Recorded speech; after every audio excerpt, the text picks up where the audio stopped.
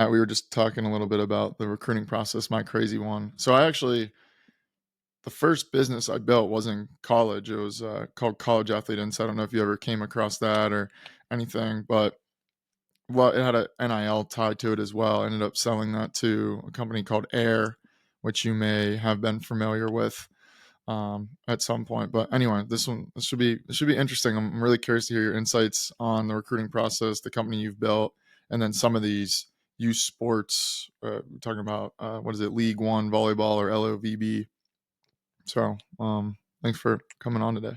Yeah, been following you on LinkedIn for a while, so I'm excited to get on the pod. So give us, I guess, at least some background first of what exactly SportsRecruits is, what you're building, what you have built. You've been doing this for a little bit of time now, and I would say you fly under the radar a little bit, but you have some really cool stuff going. Yeah, we started the business, co-founder of mine in 2008, and the goal then and the goal now is to empower student athletes to pursue their dreams of playing college sports. I played lacrosse at Wesleyan in the NESCAC, and so did Chris, my co-founder, and so we went through this process ourselves. And so when we set out to build this business, we just look back on our process and our experience and can kind of tap into the kind of emotions we felt of, back in the day, we were sending VHS tapes around and you're kind of sending that in the mail and crossing your fingers that the coach gets the tape, puts it in the VHS machine and then calls you. And when we started the business in 2008, which is about 10 years after we went through the process was about the same, but you were sending DVDs instead. And so, all the people we talked to still said, yeah, the process is still, really emotional, really confusing, really opaque. And so, our vision, from day one has been to build transparency into the process. So, the student athlete and the family feels like they have some hope and they, have some control of this process. Do you see it changing? So it went VHS, DVD. Now it's like Twitter platforms out there, like yourself. Do you see it evolving, changing? Does AI play into this? Does this more TikTok style? Where do you sort of see it going next?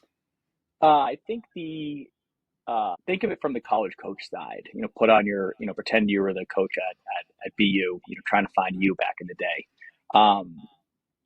Let's just say they find out about a kid from an alumni and they want to see that kid play.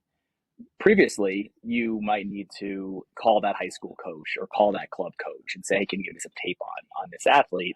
And now on a platform like SportsRecruits, if you Google an athlete, the first result's going to be their SportsRecruits profile. And you're going to click into that and you're going to have video. And if you're a coach, you're going to log in and you're going to have grades and you're going to have event schedule and you're going to have club team contact information. Really, the entire menu you're going to need to make a decision as to whether that athlete is going to be a fit for your program. And so where it's going is, college coaches should have instant access to the information they need to evaluate student athletes. And so, this is an instant gratification world, regardless of kind of the vertical you're talking in. And there's really no reason why a college coach should have to jump through a bunch of hoops to figure out what Andrew's SAT scores are. From a transfer portal perspective, like, is that changing the space at all? Obviously, that's been a big thing over the last couple of years and really shifted high school recruiting, especially basketball, football. I'm not sure as much about the other sports, but I know for sure those two.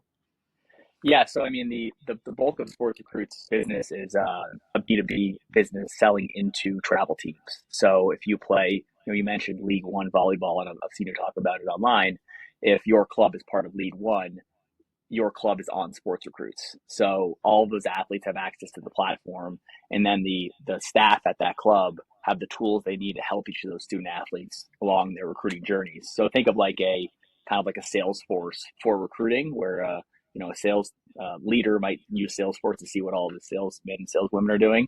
A recruiting coordinator at a volleyball club can look at everything each student athlete's doing. And so, if you go back 5, 6, 7 years, we have or had this agreement with all of our clubs that if any of your kids want to transfer, just send us an email. We'll put them back on the platform so they can start their process. Over the last year, it's been insane because student athletes enter the portal, and the portal really is just a name and a school and a position and a grad year. college coaches are going to Google that student athlete, they're finding the student athlete's profile from their recruiting process, 2, 3, how many years ago. And, we're then lighting up that profile for the student athlete. So for our clubs, we have, 3 or 4 thousand clubs on the platform. It's a value add they can bring to their student athletes, which is, hey, listen, 16-year-old, Jessica, we're going to support you through this recruiting journey. But if you get to the school you go to and things don't work out for whatever reason, you can start back up and you have all of your video, you have all of your information, all of your previous correspondence, all inside of SportsRecruits. So it's, again, you can argue the impact transfer portal's having on teams if you'd like, but at the end of the day, we just want to support that student athlete through their entire journey. And right now, it appears that more often than not, the journey involves more than one school. And I know you said you have a large B2B component, but there is still a marketplace of you have to get athletes, you have to get coaches. How did you go? And then clubs, we even put like a third there. How did you go about making sure you're keeping all three sides of the marketplace happy? And so there's enough athletes for coaches to look for. There's enough coaches that athletes feel on there. How did you go about solving that? Yeah, so that's a great question. Back in the day, we launched the website in 2008, and we thought, this is going to be, people are just going to come to the website and sign up, and it's going to be amazing. Like most entrepreneurs' journeys, that's not how it happens. So it took us a little while to pretty much like land on what our problem was. And early on, we were focused on just lacrosse because that's what we knew. And we pretty much would show a family a platform and say, hey, check out this amazing way you can send your video to any coach in the country. They're all on the platform. And they would say, this is amazing, Matt and Chris, but I have no video. And so we started going to the events that the kids play in and say, hey, can we come and film this sounds very commonplace now, but back in 2009, this was not a normal thing. We started going to lacrosse events saying, hey, can we film all of the games, a tournament or a showcase or whatever, and then can we bundle that film with the lacrosse recruits, that was called back in the day, membership. And so through that, families were pumped because they had a really high quality film. We cut them a highlight reel. It went on their profile. So we really built up the athlete side of the marketplace pretty fast there. I would say the really kind of two turning points to really turn the lever on the athlete side. We didn't start selling into clubs until 2015, and essentially we had built a nice business, but we were struggling with the fact that student athletes had amazing experiences with us, NPS in the 70s and 80s, but then they went to college and they never, were going to pay us $1 ever again. And so we launched the club product in 2015 to build that recurring revenue base. And so obviously what's great there is when we sign up a club, we're bringing anywhere between, one team to, there are clubs with 80 teams on the platform. So you're building up that side of the marketplace really fast. And then the kind of third way that we've kind of really hit the gas pedal there is we have a app called Event Beacon, which is college coach facing. And if you might remember this at your basketball recruiting days, when college coaches go to events, they get handed this binder and it has all the player information in it. And the information ranges from accurate to non-existent. And so using Event Beacon, it plugs right into SportsRecruits. So when we go to an event, let's just say a soccer event that has 10,000 kids at it, we're adding 10,000 kids to the network as part of that event. So Event Beacon will be at about 1,000 events this year, 2024. And it's just been really fun to see college coaches move from, pen and paper, which, obviously those notes just get lost in the margins in the back of some rental car, to an app where they can say, all right, I saw Andrew, 2 months ago, let me go look at my notes. The notes are right there for the coach. So the coaches have been really responding to that, and we're pumped to keep seeing that app at more and more recruiting events. Are you in all sports, or what's sort of the breakdown of? I'm sure you're concentrate a little more heavily on a few certain ones. Yeah, the club aspect of our business kind of leads us more towards sports that have travel teams associated with them.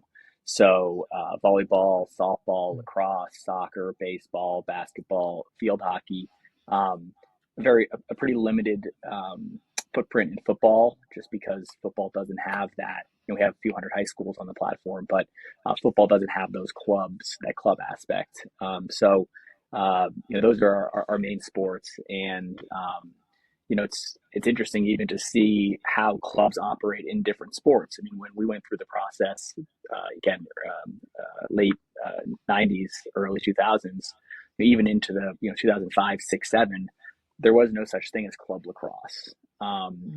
Sport like lacrosse is it's new to having club, where we interact with volleyball clubs that have been doing this for 50 years, and so each sport has its own kind of nuances, which is, as an entrepreneur, it's fun because the playbook doesn't work exactly the same in every sport. So you have to be flexible, you have to be nimble, you have to take learnings from one sport and apply it to another. And so that's been a kind of kept the journey fresh over the years as we tackle different sports. Anything international or just US focused? We get uh, we get some kind of random inbound from clubs internationally that might organize a group of athletes to compete in some tournaments stateside. But I wouldn't say it's a focus of ours right now. But we do have amazing success stories of just random hungry student athlete from across the world using our tools, just like someone down the road might use it. Which obviously is the beauty of the internet, that the Right. playing field is literally leveled in that respect. Now, you and your co-founder built it 2008. You guys raise money, you bootstrap it. What was sort of the actual business side? How big are you guys now? How have you sort of taken the actual business side? And damn, what 2008? How that's what, like 16 Long years ago? time That's ago. nuts. Yes, that's a What long the time heck? ago. Yeah. Hopefully I haven't aged that much, but we we've bootstrapped this business. We've raised a little over $2 million in equity, and we've done a few venture debt rounds over the years. But we really pride ourselves on being capital efficient, and so we have 55 or so employees currently, and there's 500,000 athletes on the platform. We're profitable, and we've always taken a position that we wanted to try to control our own destiny. And youth sports, and there's a lot of money flowing into it now. Youth sports has its, I listened to the your interview with Samir from Game Changer, and he made a really good point that youth sports, the sales cycles even are interesting.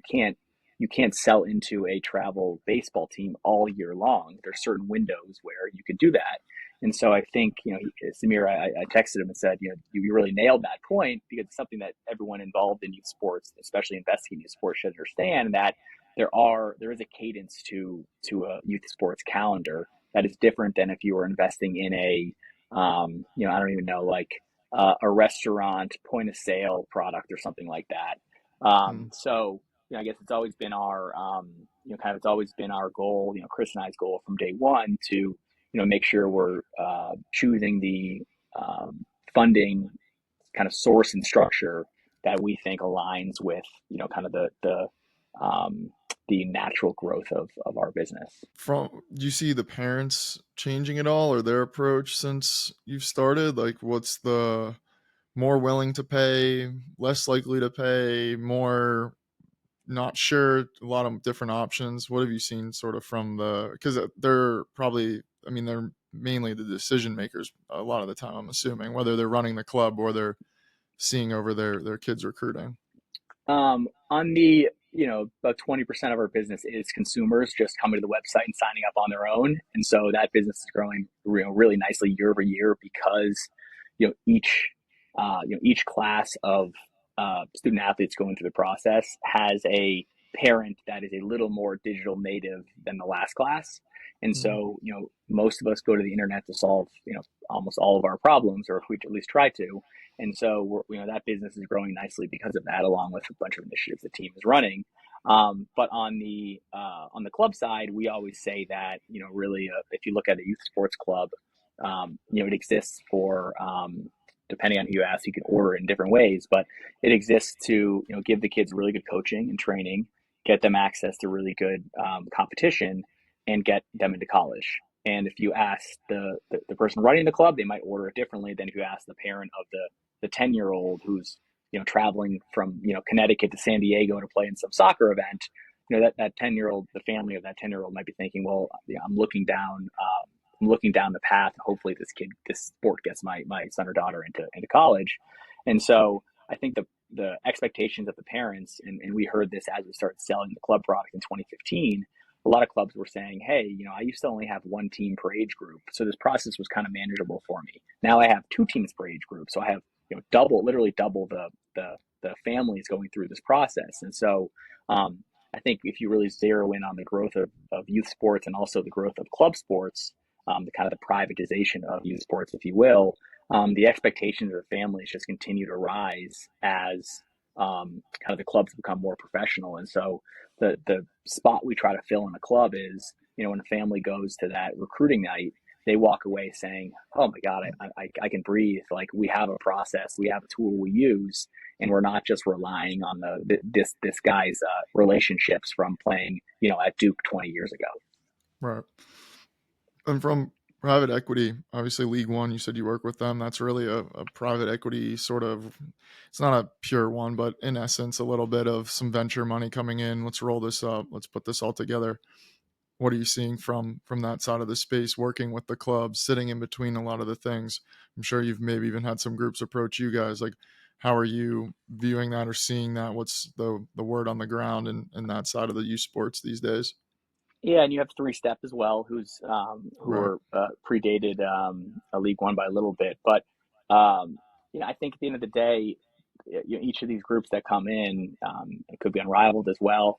If they stay true to trying to provide good experiences for the student athletes, or the athletes, however old, I guess a lot of times they'll go down to obviously 7-year olds.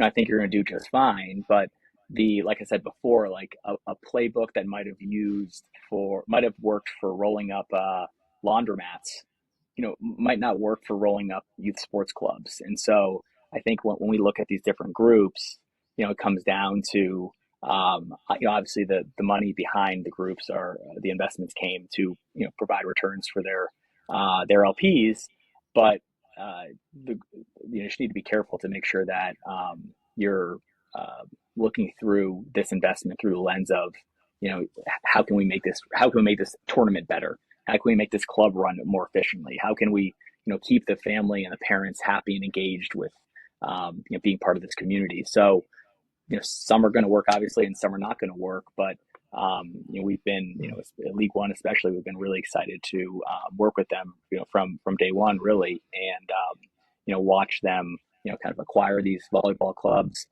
add some efficiency to the club, but also let the clubs continue to run like they've been running. And we were just down at AAU's, which is a huge volleyball event. Tens of thousands of girls down there playing in this big tournament, and we got to meet a lot of the clubs, and they're all super happy about how things are going, and I'm really excited to see the pro league lift off pretty soon as well.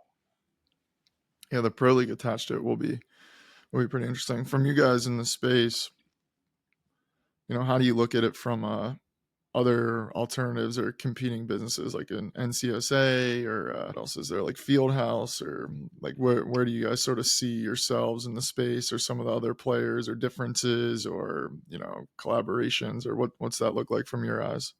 Yeah, field level. Field level, Yeah, field field level. house. Yep. Yeah, there's eventually we all run out of names for our companies here. Right. Um, we've again, going back to the kind of the core of our business, selling into these travel teams. We are like any other SaaS business in the sense that we have to provide value every year or we lose the renewal. And so, Mm. we approach our relationships with these clubs obviously in that way, rolling out new features, obviously replying to all questions from the families and the staff and everyone in between. And so, because we're kind of a software recurring revenue based business, we operate kind of as such. Some of the traditional players that came before us, if you will, we're interacting with just families, and that relationship is one off. And so, the I don't know, the investments that you might make in the business might be a little different than the investments we might make in the business, because we need your basketball club to pay us, not this year, but this year, next year, the year after that. And so, we look at ourselves as a technology business, not a services based business. If you look at our employee base, it's mostly product and engineering and not sales. And so I think if you kind of want to understand the difference between businesses, just look at the LinkedIn and look at the jobs that people are doing that work there. And so again, we continue to invest heavily in product. And then also, I think the key differentiator for us is we really take the college coach side of the network seriously. And so while the college coaches are free, they can log in and use all these great tools, and we continue to update them and take their feedback and improve them. They are our end customer. And so the more the college coaches use the product, the happier the student athletes are, the happier the clubs are, and the more renewals the clubs do with us, and the more teams they want to bring on the platform. And so I think that's kind of our key differentiator is our network is so strong on the college coach side. It's really our North Star metric is, we call it proactive college coaches, and each sport has a different number. But we're always trying to move that number up because, we want college coaches to go to SportsRecruits first when they're looking for a student athlete. And we do that by making sure they have, the best tools possible, to find student athletes that are the right fit for their program. Anything else you're building right now that getting you pretty excited, or initiatives or partnerships or anything in the works over the next couple of years? Yeah, I think again going back to video, kind of I mentioned kind of when we landed on this kind of event video thing back in the day. We're 16 years later and we're still thinking about video every day, and so we've done um, integrations with Sideline HD. We've done integrations with Pixelot. We're working on integrations with Veo. A group called Local Live who films high school sporting events, and so kind of the next, it's been kind of a theme of ours over the last year or so. But there's now amazing video everywhere. There's almost more video. The problem back in 2008 was I don't have video. Now you might have video on Pixelot, on Veo. You might have video in 6 different places. And so we've been working really hard on integrations with as many of these products as possible because the ideal experience for you, the student athlete, is to play in your game, get home, open your SportsRecruits, and have that video waiting for you, so you can then build a highlight reel and send it to coaches. And so, keep an eye out for a lot of kind of announcements from us in that space. But again, just we think I was that student athlete. So instead of the VHS tape having to make the copies and go to the post office, how do we allow the student athlete to spend more time on his or her college search and recruiting process and not like trying to figure out where this video is. Is it over here? Is it on Baller TV? Is it on Veo? Is it on Pixelot? Is it on Huddle? Like, we want that video to be on SportsRecruits so that you can then send it off to college coaches, which each of those companies want you to use that video as well. So it's not like, our goals are in conflict with theirs. Makes sense. What's website? Where can people learn more? Reach out? What's the rundown? Yeah, check out SportsRecruits.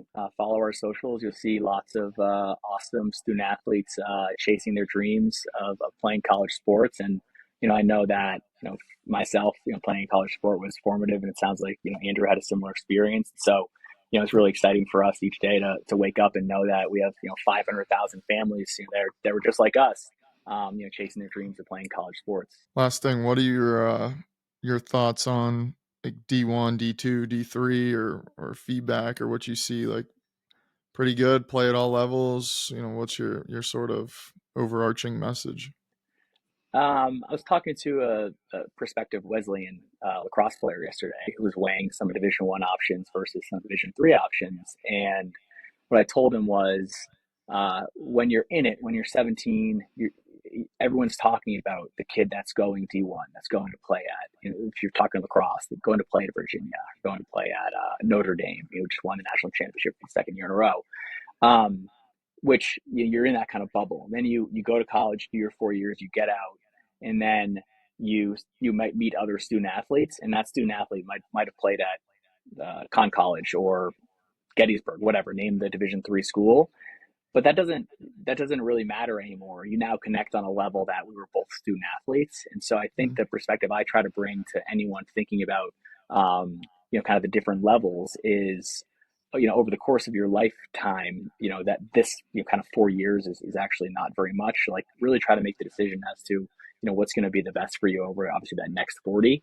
And so yeah, again, while it's sweet to have the bumper sticker on your car when you're, 19 or something, like just realize that like you playing at Duke when you're 42 like doesn't really matter that much anymore. So we just try to give kids a perspective, and we have all these amazing tools on the platform to slice and dice all the different opportunities by different majors offered, et cetera. And so I think our key is just to keep an open mind as you go through this process, because I can almost guarantee you the school you're going to go to was a school you didn't even know existed when you were a freshman. That's just how the numbers work. And so if you're too pigeonholed into these few schools you watch on TV, it's going to be a pretty tough recruiting process for you unless you're Cooper Flag or something.